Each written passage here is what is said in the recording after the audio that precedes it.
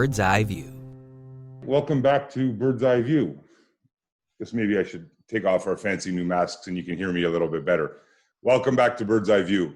Really excited about the show today. You know, we spent a lot of time talking about a variety of health-related things. We've talked about mental health and mental well-being. We've talked about societal health. We've talked about, our eating habits, and we've talked about societal issues that we're facing right now. And we even talked about website health. Let me not forget that. Today, we're going to take a little bit of a different approach, and we're going to talk about wealth health. So, particularly in times like this, there are a lot of stresses from a money perspective. There could be people who are out of work, or a partner is out of work, or additional expenses. And, it becomes very much a think right now situation. But it's obviously important that we continue to think about the long term. So to talk about that and to talk about our wealth health, I'm pleased to introduce Richard Dri to the show today. Richard, thanks for joining. Well, thanks a lot, Kyle. I'm really happy to be here. Richard, you're a wealth advisor with Scotia Wealth in Toronto. You've been in the game for 25 years or thereabouts. You specialized in helping either retired or almost retired clients live the life that they want, helping them make deliberate, intentional financial decisions that achieve goals. What's your role as a wealth advisor? How is that different from any other investment consultant at a bank?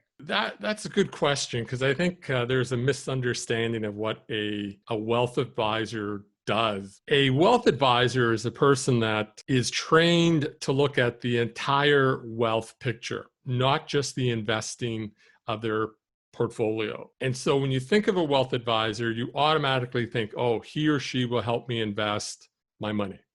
And they do, because that's only a small portion of what they do or should do. The other portion is financial planning, which is really, really important. And depending on your age, you're a young pup, so you would be looking at things like life insurance. Now that you had another child, do you have enough life insurance in the event anything were to happen to you?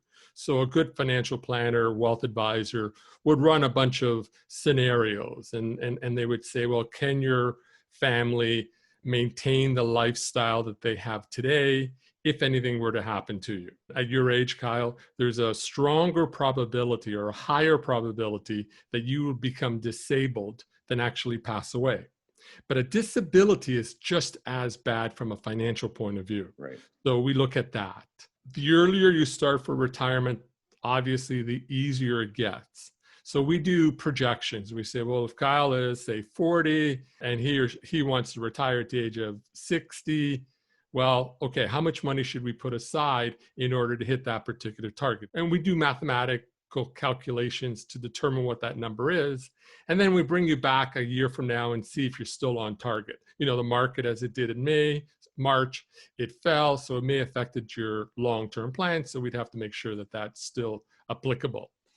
So wills, powers of attorney, it's anything you think of when it comes to investing or wealth. You want to buy a car. Should you borrow? Should you finance? Should you buy new? Should you buy old or used? A lot of those issues come down to what we look at. So I guess, if we summed it up, being a wealth advisor doesn't mean you only necessarily work with wealthy people. I mean, you may, as a generic term, a wealth advisor is somebody helping people accrue or manage their wealth, whatever that is, responsibly, and the whole picture, right? Anything to do with money now, but also money down the road. Is that accurate? Oh, for sure. I think you're right. Most people feel, I don't need to work with an advisor because he or she doesn't have enough money. But again, if you look at it, that may only be a portion of what they need. Right. How do you know whether or not you need disability insurance, or in your case as a businessman, do you need a buy-sell agreement? If you're a younger couple, maybe we should be putting money away for education of a child or children. Right. So yes, Right. You do come to me if you have, $5-10 million, but you also will come to me if you're just starting out. Right. You don't have any money, but you have all the other issues that are still very important. And let's face it, most people have those issues, right? I mean, there's always a bigger picture to look at than just what's coming in. Yeah, exactly. Life is getting very complicated, and the time that we spend at work has expanded. And Right. You know this for yourself. You're not coming home at 5 o'clock like maybe your mom and dad did. You're turning off your computer when you go to bed. Right. And so how do you then have time and energy to do the other stuff? Got it. Some people do, and that's great, but some people don't because they just don't have the time. And then something happens, and then they realize, gosh, I should have been a little bit more proactive. Right. You work mostly with business owners, incorporated professionals. You help them minimize taxes, invest smarter, retire or not retire smartly. But it's essential then for people to get their money to work for them instead of just working for the money, as I just alluded to. For anybody out there, business owner or not, how can they do that for themselves, even at a very small scale? In my writings and my blogs, I teach people how they can do this on their own, like how to look at disability insurance, how to look at an investment, how to look at your wills, your buy-sell agreement, your succession plan as a business owner, all of that stuff. I think you can do it. If you can allocate a portion of your time to your financial future, you can do it. You read books. David Ramsey has all kinds of really good books. He's an American author, so you have to update it a little bit for Canadian laws. But the theory is really, really good. Right. You remember the wealthy barber, David Chilton. Yeah. A few years ago, he said, you got to save 10% of what you make. I think the number should be much, much higher. Right. But that's a very simple thing. If you could save 10% or 15 or 20, especially when you're your age or younger, you're going to hit it. You're going to hit your magic number, and your financial independence is doable. So paying attention to finances, adjusting accordingly is obviously important, especially in these types of times where, there is a high level of uncertainty. What are concrete steps that people could take to boost their financial picture, both short-term and long-term? A lot of people ask me that if you could boil it down to one thing, which obviously is difficult. But the one thing, if I had to say something, you have to live below your means. And what I mean by that, so if you bring home $1,000 a week or a month or whatever, you have to be able to not spend the $1,000. You have to learn how to spend less than what you make. And we don't do that. And Right. That's the problem. David Ramsey has a good statement. He says, we buy stuff that we don't need with the money we don't have. Right. To impress the people that we don't know. If you come down to one recommendation, that is to live below your means. And then if you can do that, then you have the opportunity to pay down your debts or start an investment program. Even if you could do $50 a month or $100 a month, just start. As far as investing goes in stocks, for example, people are really interested, but they're scared to step into that world. It seems confusing. There's a lot going on. Right now you hear about a lot of volatility, and you hear about a lot of these newer, let's call them day traders, who are actually affecting the market. And I think the more seasoned investors are saying, like, this is not going to last. It's a fad. There's going to be a lot of hurt people because they're not doing it right. So look, another reason to get, concerned about it, in addition to the scams that already exist as well. What are your thoughts? If somebody's saying, okay, I got a couple bucks, I want to get into it, but I don't know if maybe Richard's the right person to call, but I also don't know if I'm prepared to open up an investing account myself. It's interesting that this is occurring during a pandemic, whereby people are taking money that they should probably be saving in the event that the pandemic is extended beyond, another couple of weeks or months. I personally think it'll be a 2022 story before we actually get any improvement, but that's a guess. So I hope you're wrong. I do too, but I don't see an improvement. Anyway, we're off topic. You asked me a good question. Even if we were not in a pandemic, I think there are two ways to invest. Some people will say to me, I need to invest because I want to make quick money. That is called speculating. And I'm not against speculating. It's called a trade. So I'll buy A today for whatever reason, and then I'll sell A tomorrow or a week. And I know exactly what I'm doing. Maybe I bought Tesla and I know when I would buy or sell, but never convert a speculation into an investment. Right. So if I bought a speculative stock, I would not be holding that stock for a very long period of time.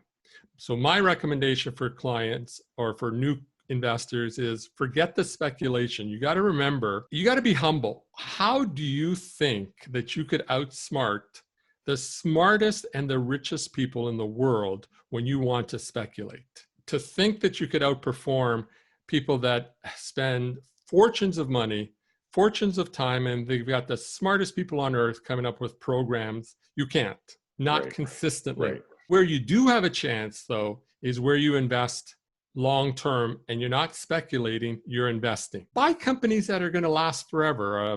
One of my favorite is CNR, Canadian National Railway. Really Right. boring company, but look what they do.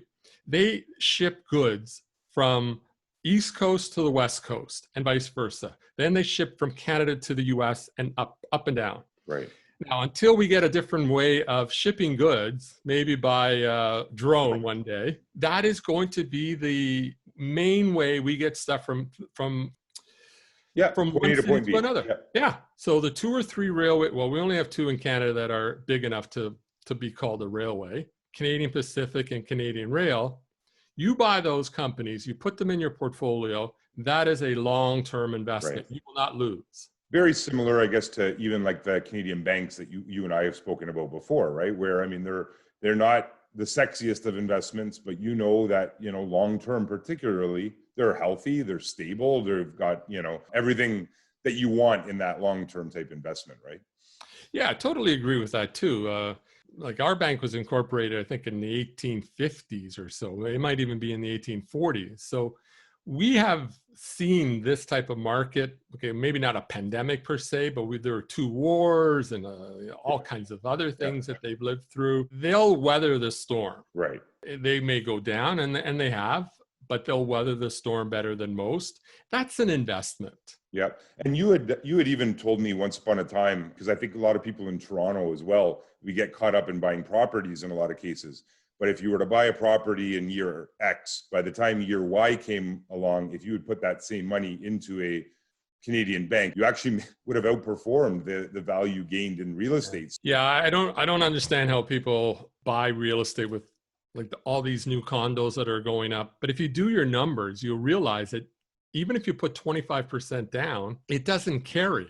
Right. So you have a negative cash flow. Say you bought $1 million condo and you put $250 down into a condominium, and you found after you rented it and paid condo fees that it wasn't breaking even. Well, I could take the $250, put it into the Bank of Nova Scotia, as you just said. I could earn almost a 5.5% dividend on my $250,000, and I don't have to do anything. Right. I don't have to find a tenant. I don't have to worry about the crap that they put me through. Right. I don't have to make sure that the condo board is doing what they should be doing. I don't have to worry about that because management takes care of that. And if they do a crummy job, they get fired. You know, I would suggest you get into like a multifamily building. Like instead of a condo, you've got yourself maybe a 5-unit, a 10-unit, depending on what you can afford. Yeah. I see that as a lot smarter than buying a condo because you have control over that. You know what the fees are, and you will make a return on that. Yeah, it's I guess going back to the original question about advice regarding investing or stocks. Everybody's different. Find out what's right for you. Find out what you're comfortable with investing or losing potentially, and then have fun with it that way. But certainly the difference between investing and speculating, it's a real thing, and it's something that people should think about. Richard, moving on, you have a podcast, the Richard Dri Podcast. You share what you've learned through working with clients. I've been featured on the podcast myself. I was on episode 11. It was called Being a Lifelong Entrepreneur, Surviving Recessions. But you've interviewed, similarly to, I guess, what we're doing here, a variety of people. What have you learned through recording your podcast? I've interviewed a lot of different people. Most of them are business owners and how they, started their company and then it did well or it didn't do well and then they had to pivot and restart. I think the most important thing that I learned is if the entrepreneur has a passion in what he or she is doing and they stick to their passion, they will do very, very well. But the problem with entrepreneurs is we like to extend our reach, and sometimes we get carried away. We either micromanage or we do things that we don't like to do because we think we're good at it and we need to do it and no one else can do it. And that taught me a huge lesson. So for example, now I have a list of what I want to do, only want to do, and that's it. Anything else is delegated to people that are good at doing that. And quite frankly, probably better than you at doing that. Oh, right? 10 times better because I don't have any passion in whatever that is. Minimize that time because it's wasted time and it takes up space in your brain. and not only that, but it makes it that much more difficult to pivot in times like this. I know even, the clients that we work with, particularly the ones that we're working very closely with right now, a lot of the business owners have removed themselves and entrusted their, let's say, their marketing teams, something to that effect, as far as saying, okay, this is what the business landscape is going to look like right now. This is what we need to do so that we can adjust our business to get there. Now, that may be a website, that may be a stronger digital marketing presence, that may be a stronger social presence, but it's very rarely right now the business owner who's dictating how that's happening, and they're trusting the people who may be more relevant to the demographic that they're selling to, or whatever it may be, or the people who just know that area of the business better. As long as it stays on brand, I guess would be the key thing. Let the experts and let the good people around us do what we're doing, right? Or what we need to do to get there. Yeah, totally agree. You have a podcast your podcast gave life to your book. You also talk a lot about how you actually advise for people to never retire, even though that doesn't actually mean to never retire.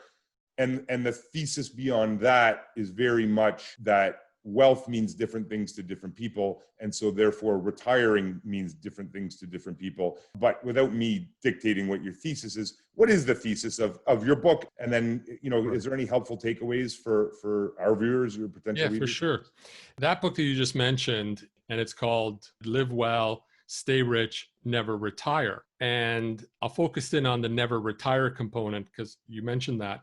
I have found that business owners are awful at retiring. We don't like retiring.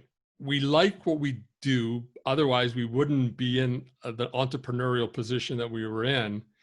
And the thought of doing something else 24/7, other than our own business, for the most part, entrepreneurs, business owners are not interested in that. Right. So I say, okay, we're never going to retire. But what I mean by that is I want to shrink my responsibilities in the business, but the business must be able to operate on autopilot. So it must grow, it must handle client services without me if I choose to go on a 3-month vacation. Right. That to me is the key, what you just said, the growth. I think many businesses could run without the principle in place. I think the challenge is the growth, because quite often it's the entrepreneur or the leadership that leads to growth, right? Who facilitate growth. And so if you don't have the owner around to help you grow it, or the proprietor or whoever the leader may be, then that's not necessarily a truly successful business, because it's just spinning wheels. And so, to become independently successful, the business needs to become independently successful and accommodate growth as with or without that I say interference or that input, right? Yeah, and that's what a lot of entrepreneurs have trouble doing, because they feel that they're needed in certain areas, whether it be marketing or in your case, brand development. Although I have started over the last few years thinking that is a limiting belief. Right. And you look at companies like Loblaws or the Desmarais in Montreal that own Power. Well, these are family organizations that have become mammoth operations, and they couldn't have done it only by their own family. They had to bring in key people where they didn't have the talent to do whatever they brought the guy in for. Shift your mindset and look for ways for you to do more of the planning part and very little bit of the company that you really, really want to do, and try to bring in the people that can do the rest. Yeah, that makes sense. I agree with that. I think it's achievable, but it's not that easy, because a lot of businesses, like if you look at the numbers, geez, I don't know now, but they're pretty poor. The success rate of a business over time, it's not a very high number. Yeah, I think the biggest challenge with that is, taking the plunge and investing in people when it might not be the perfect time. But if you need it to get to point B from point A, then, it's identifying when you're going to have to give it a shot at some point, is I guess what I'm getting at, right? So, yeah. Sooner the better. Yeah. If anybody's interested in either of Richard's books, we'll put a link below. Richard, it's been great. I think we've learned a lot. We've been asking people during COVID if they have any lighthearted stories that they could tell about maybe their working from home experience or otherwise. Do you have anything that you could share with us today? During COVID, I've had to learn how to cook. So I tell everybody I become a really good cook. The truth is, I'm not really a good cook. They're prepared meal kits. And the company that I've used is called HelloFresh. And they bring you a box every Sunday. And literally all you have to do is take the bag, empty the bag, follow the instructions, and you've got a pretty good meal. So I go, gosh, I never would have had to do this had, COVID not really come around. So the next time you invite me for dinner at your place, it's BYOF. I should just bring my own food then. Is that right? No. I'm going to order a 4-person kit. I know you have a pretty good wine room. I'll just bring the food and you can supply the wine if you want to do that. But okay, that'll be fair. We can do Richard, that was very helpful. I think that hopefully our audience learned something from that. Encourage people to reach out to Richard and his team. And even if there's, maybe not a specific fit with Richard, perhaps there's an opportunity within Scotiabank or somewhere else, but they can, even lead you in the right direction. But thank you. It's been an interesting year. I know it's been a tough year in some ways, but I really appreciate you coming on. Well, thank you as well, Kyle. I'd had a lot of fun, and I hope your listeners got at least one or two good, valuable points that they can use to help their financial picture improve this year and beyond. Thanks, Richard. All right, everybody. Well, listen, that was great having Richard on. I hope that we got a little bit of a starting point, particularly for those who haven't, taken the dive into investing or looking at their wealth picture, whatever that may be, but certainly something to think about. And I think that the stresses that are associated with wealth, health can certainly impact some of the other things that we've talked about, like eating, like mental health, like anxiety and stuff like that. So it's important. Put a little bit of time to the side, whether it's a week or every day or every month, and focus on your financial picture. You won't regret it. Thanks again for joining. We'll talk to you soon. Take care. Bird's Eye View.